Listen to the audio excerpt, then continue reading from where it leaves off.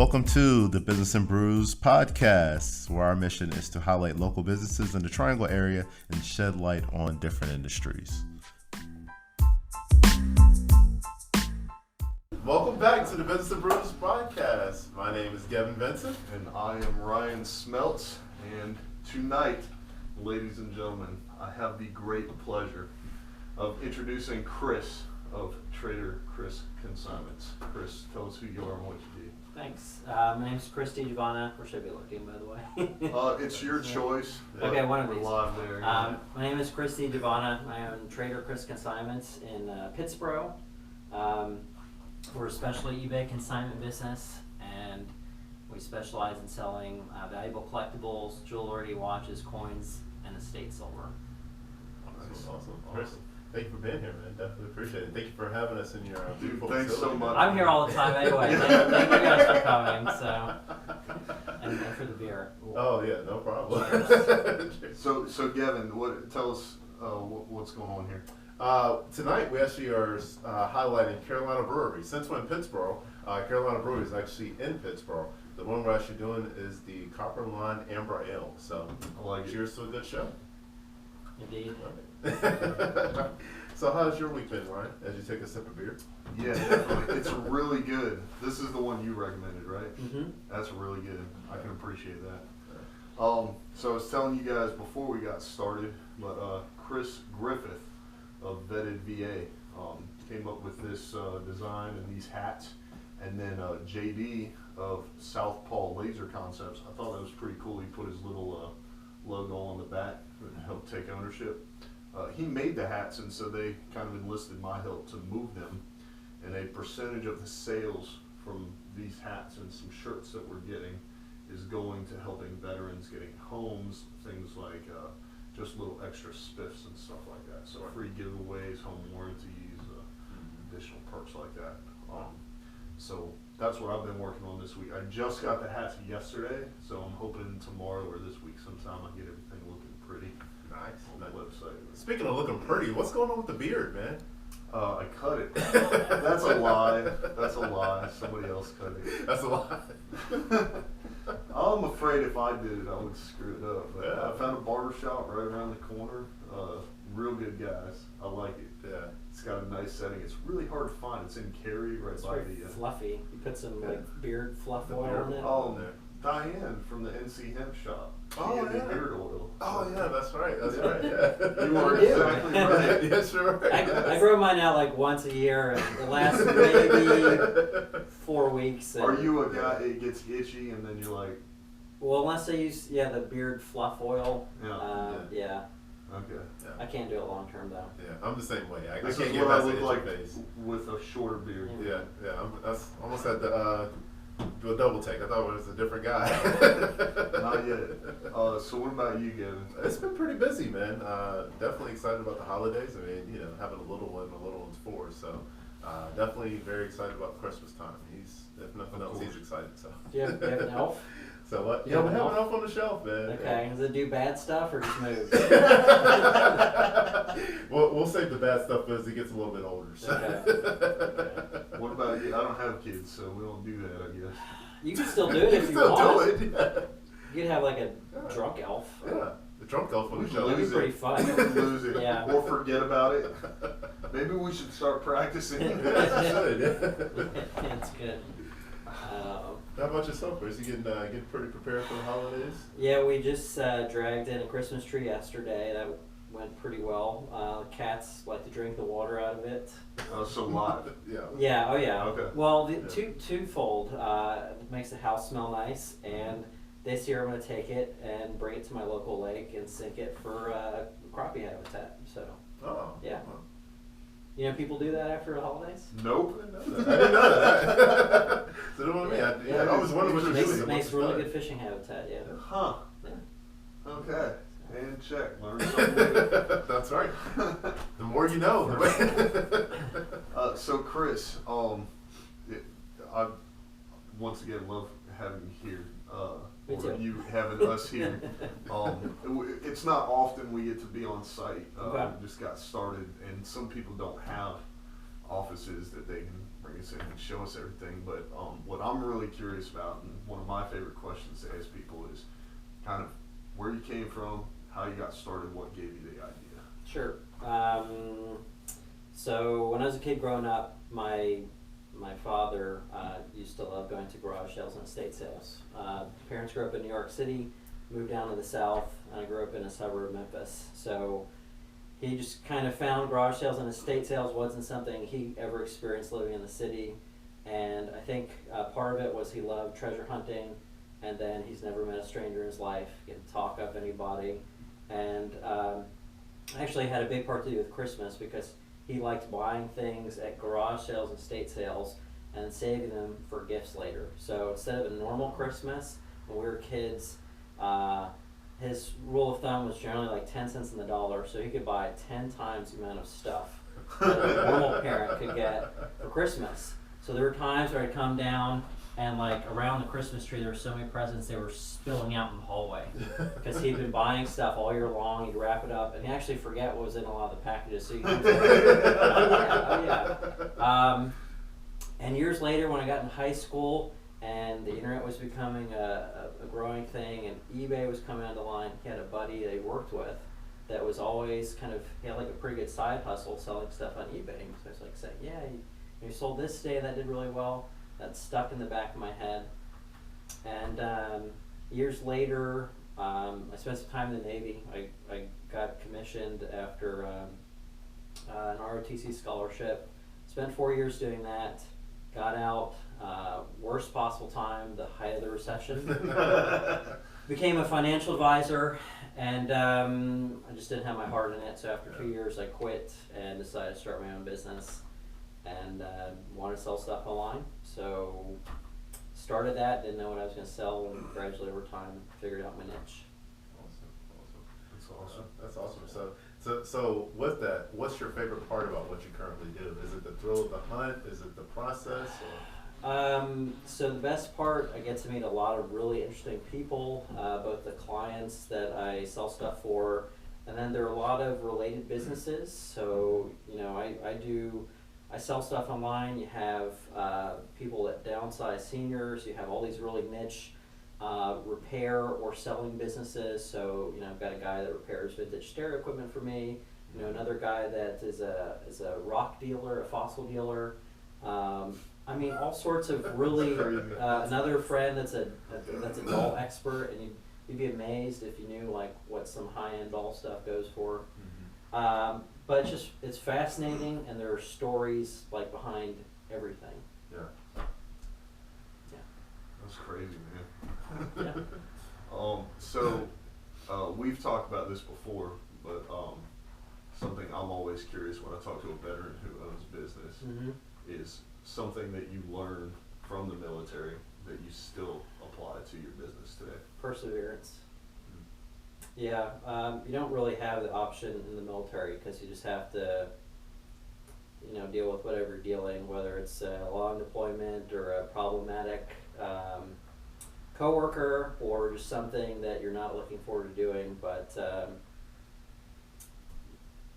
you learn. I think you learn from the military how to persevere through things when they get difficult, and you have to do that a lot as a small business owner.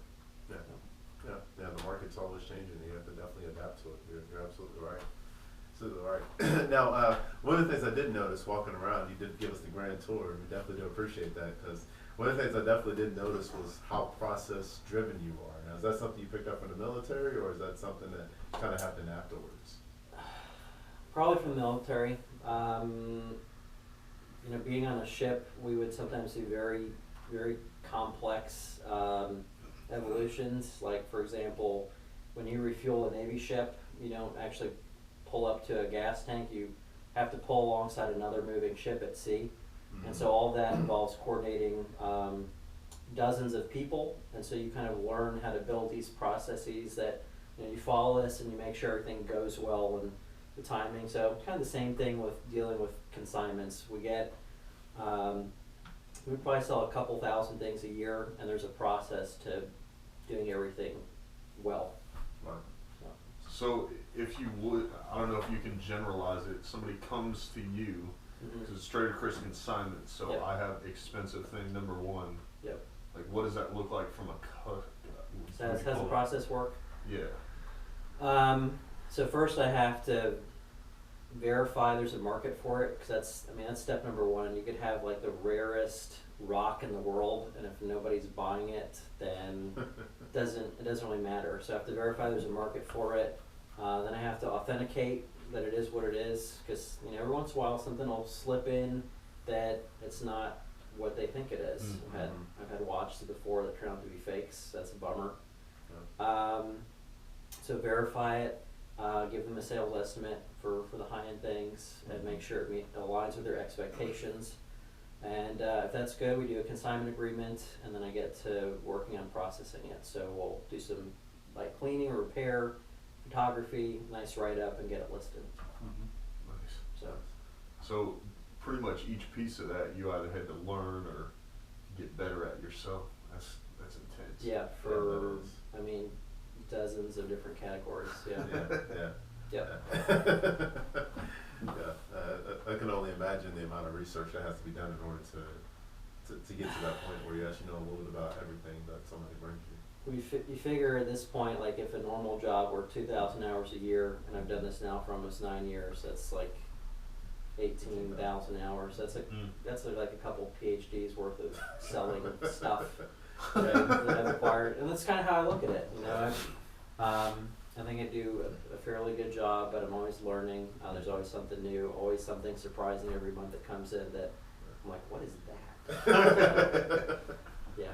So would you say, because I know you talked a little bit about the authentication process, Mm-hmm. and you've got those books that you showed us, but would you say now that you're an expert in authenticating any one category? No.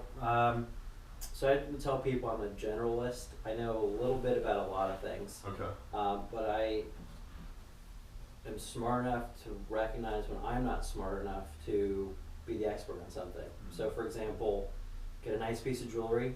I'm not a gemologist. I need to take that to somebody that is a trained gemologist that can verify that this is the Hope diamond somebody's bringing to me, and make sure before I put my reputation on the line selling something that I've done my diligence making sure it is what it is. If that makes sense. Yeah, absolutely. Yeah. That's big due diligence. So, what are some of the things that you've noticed that have changed in the industry over the past 9 years? I know 9 years in a lot of industries is not a long time, but when it's internet related or especially eBay related, it's Things a lot evolve has quickly. So you're seeing this rapid shift of all the baby boomers that are starting to retire, and things that they really like to collect are flooding the market, and things with very high populations, so things that were made to be collected, the value for some of the genres are just plummeting. So what I initially kind of cut my teeth on, some of those items I can't sell anymore. What would be a good example of some of those items? Just out of curiosity, just curious. So, I guess I don't have any right now. I have probably sold well over, 2,000 of these little porcelain figurines called Hummels that everybody's grandparents love to collect. The story behind them, they were these little figurines that a lot of World War II GIs brought back from Germany. They were children that were kind of posed as adults. So you'd see like a child and be like a doctor, or just these. They were kind of very innocent, and they became very popular. But they made thousands of them. And in the 1970s, a single figurine might go for $500. Nowadays, you're lucky to get like $20 for one. Wow. So that just like kind of crashed, Yeah. and it's just gonna go down further. So. That's crazy. It's so interesting how things just change over time. Some other things, while some things nosedive, other things go up. So you just have to kind of pay attention to the trends. So what's something that you do to stay up to date on stuff like that? I spend a lot of time just researching, and articles will pop up, and you'll see, God, I can't believe how expensive that was. Or one of the best resources if you learn how to use eBay and browse the sold listings, which eBay doesn't make very obvious, but it's pretty easy to learn just with the Google search. And then you can put in anything you want and see what the top items are. And you know, it's a really good resource. That's free. Yeah, and I think that was one of the things that, you know, when I was selling on eBay, it was a little tough to figure out because with Amazon you have like the BSR ranking, Yeah. right? And with eBay, there's nothing really to kind of give you that gauge of how quickly something sells necessarily unless you go off of what recently sold. There are good tools available, but there's always this kind of mystique behind it.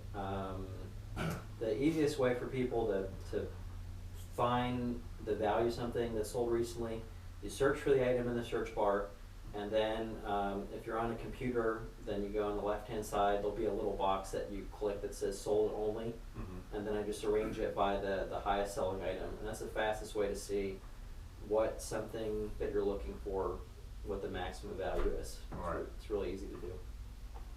So now you kind of got me curious.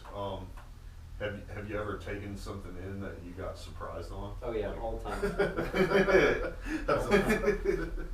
I felt like you were gonna say that. What's can you give me a couple examples? Like one was higher and one was lower or Yeah, something? yeah. So, so a couple years ago, I had a neighbor down the street have me over to her parents' house. They had moved into assisted living. Went to the house. There was really like not much left. It had already kind of been picked through.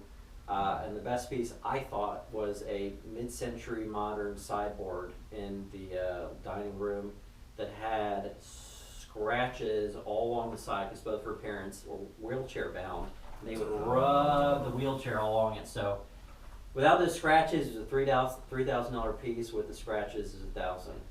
And I grabbed a couple other things, brought them home. And among those things was a wooden salad bowl. And it was mid-century design, nice like teak salad bowl. And I thought, okay, well maybe this will sell for $100 to $300. I went through my process, put it up for sale that Sunday, and I got an offer like within an hour for it.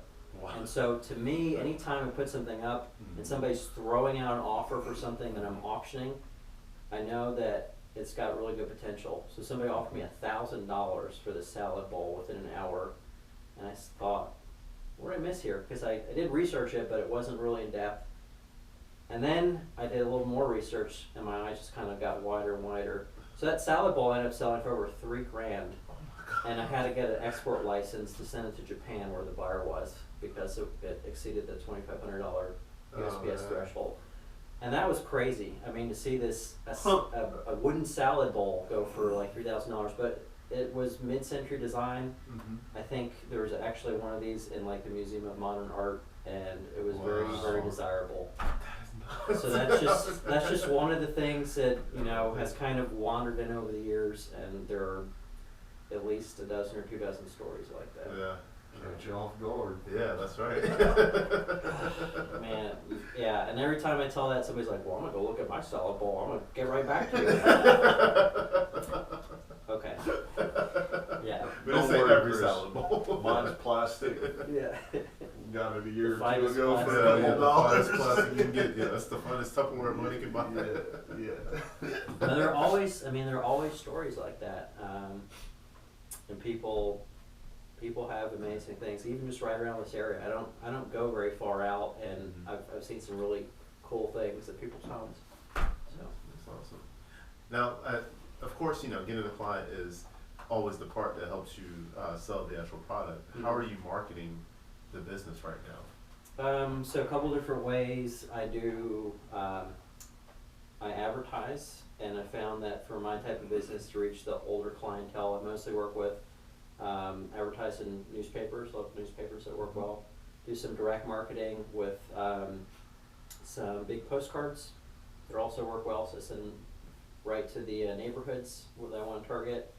We've done a little bit of online marketing, but that honestly hasn't worked very well for us. The best thing I found is getting referrals and building good relationships with good referral partners and the clients, and then just networking. So meeting other people. Yeah. That's some good insight. I like that. That's something similar. I think it was, can't remember if it was before or after I talked to you, but I spoke to Diane about how the local community has done wonders for me and other businesses, Yeah. and that's where we've seen the most success. Well, one of the things I learned as a financial advisor, 'cause I try to pick up a little bit of everything from all the jobs I worked previously, is, people know, like, and trust you, then they'll want to do business with you eventually. So, sometimes it's a matter of being around those people for years, but like one of the good things I'm expecting this week was from a client that I have known her for years, and she's never come up and talked to me about the thing that she gave me, and then all of a sudden out of the blue, she dropped kind of a pretty nice consignment in my lap, and I'm grateful for that. So Nice. yeah. That's definitely good. So what are some of the challenges that you're currently facing in your business right now? So honestly, this year, we go through things so fast. We actually ran out of quality consignments for a portion of the year, and that was really frustrating. So we wanted more business. We just didn't have it. And I had a couple clients I was pursuing that I may do some business with them eventually, but there's a balance between, we obviously want to sell people's things, but at the same time, I really don't like to pressure people things to sell things that they're not ready to. So I just try to be very sensitive to that. People put sometimes decades and things that they've collected, that family heirlooms that are really personal to them, and try to be just sensitive about that attachment they may still have to those items. So that's very smart. I mean, just looking at the bigger picture and thinking long term, that's one thing that a lot of people do struggle with, especially with the newer business, thinking Yeah. about those seeds that you're planting now that may yield results years from now. The biggest, I think the biggest thing I've learned that I've done fairly well with is build relationships in my business, and both with the clients and my referral partners, and I think that has what's really helped and sustained us and helped us grow over the years is having good relationships with people. So I prioritize that over short-term business gains any day. That's awesome. So, talk where you came from and a little bit about where you are now and what you're working on. What about the future, Chris? So I will be doing Trader Chris for at least a couple more years. I hope to transition next year to some teaching and education. I think the most valuable thing I have acquired since I started is just a lot of knowledge from the sweat equity I've poured into the business, and I'd like to share that with others, learn to diversify my business a little bit more with that, and maybe eventually find a successor to what I do. So Nice. yeah. Very nice. Big transition to the Yeah. All right. So now it's time for the 3 questions that we have brewing. We'll go ahead and start off with the first question. Okay, Chris. So, all this knowledge that you have, who are you currently following that you're getting this knowledge from, or what's a resource that you use? So over the years, I've spent a lot of time on eBay, and periodically I'd come across listings, and I really liked what they did or how they were doing it. So you can bookmark sellers on eBay, and I do that, and I kind of use what they do as a template. I don't always know how to sell everything I get, and I find that other people are great to kind of pull information from. How are they doing their titles? What do their photos look like? How are they describing the items? Sales terms sometimes, and you can learn a ton of information just by following other good sellers. Nice. That's great. So when you're not working in the consignment business, what do you like to do for fun? I like to fish. A lot. A lot. Yes. Yeah, I've done that since I was a kid. I try to go out maybe once a week now. That's good if I can do that. I fish a lot at Jordan Lake, which is 10 minutes away. Yeah. So that's kind of my zen activity. What's your biggest catch so far? 2 weeks ago, a 54-pound blue catfish out of the James River in Virginia. That's nuts. Yeah. Well, what's even crazier is that one I showed you. They actually they can get at least twice as big as that. Yeah. Over 100 pounds? Yeah, I think the world record is like 144, and then there's a species in Europe that gets like several hundred pounds, which Holy that's a bucket list trip. Yeah. How long does it take to reel something in, like that 54 pounder? How long did it take to reel that thing in? That takes some effort. So that one I caught on the guide's smaller pole, in maybe like 10 minutes. Oh. It kind of depends. Yeah. Yeah. You go home and take a nap. Golly. Yeah. Well, I'll tell you. Yeah. Holy smokes. Okay, Chris, so you can obviously consign stuff for other people, so if somebody wanted to reach out to you, what's the best way to find you? So a couple ways. They can go to my website, which is www.traderchris, TraderChris.biz, B-I-Z. You can call me directly, my cell phone, 919-448-7325. And then we've got a Facebook page, just Trader Chris Consignments on Facebook. Those are the easiest ways to find us. Nice. That's awesome. So before we close up shop here, I want to put the same shout out again to Chris for having us stop by here. I forgot he's got something he wants to say. Before I pass it off again to Chris, if you've learned anything or gained any value from what Gevin and I are doing here, we want to spotlight local businesses in multiple industries, as well as focusing a lot on the local North Carolina breweries. And our goal in doing that is kind of along the lines of a rising tide lifts all boats. So if you have gained value, if you've learned anything, or maybe you just enjoy the show, or maybe you've been one of our guests on the show, we thank you for that. We appreciate the support. Go ahead and give this video a like and a share, and invite your friends to subscribe or follow the channel so they can get the same value that you do. But Chris, tell us about the papers that you just picked up there. Yeah, so the last thing, I just want to do a quick plug. I'm going to be teaching 2 classes starting in January. One is a intro to eBay consignment. It's just a 1-hour quick overview. How do you turn your side hustle into a business? What are startup costs? Things like that. I'll have 3 different availabilities, and I'll post on my Facebook website a link to that. Another one will be an advanced eBay sales seminar. So if you've been doing eBay for a while and you want to learn how to increase your sales and make your listings look more professional, that's a like very in-depth class on some of the techniques that I use to maximize certain sales. So 2 seminars, more information on Facebook. And if you have any questions, you can always call or email me directly. Thanks.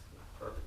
Hey, Chris, thank you again so much for Yeah, being here thanks and for having me. inviting us into your facility. We definitely appreciate it. Over to the mic. Again, to kind of echo what Ryan was saying, if you actually want to be a guest on the show, please feel free to reach out to us via email. We got a form. It's on the website. Okay, perfect. Yeah, you can reach out Go us on the to website. be on the show. Yeah, just go to be on the show. Yeah. That's very direct. I like it. Well, if nothing else. Thank you guys so much for viewing, and we will see you next time.